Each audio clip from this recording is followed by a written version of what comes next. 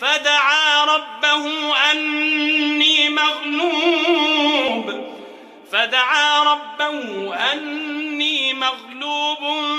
فانتصر. ففتحنا أبواب السماء بماء منهمر وفجرنا الأرض عيونا فالتقى الماء على أمر قد قدر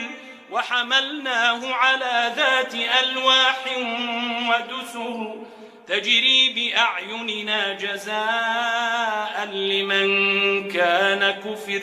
ولقد تركناها آية فهل من مدكر فكيف كان عذابي ونذر ولقد يسرنا القرآن للذكر فهل من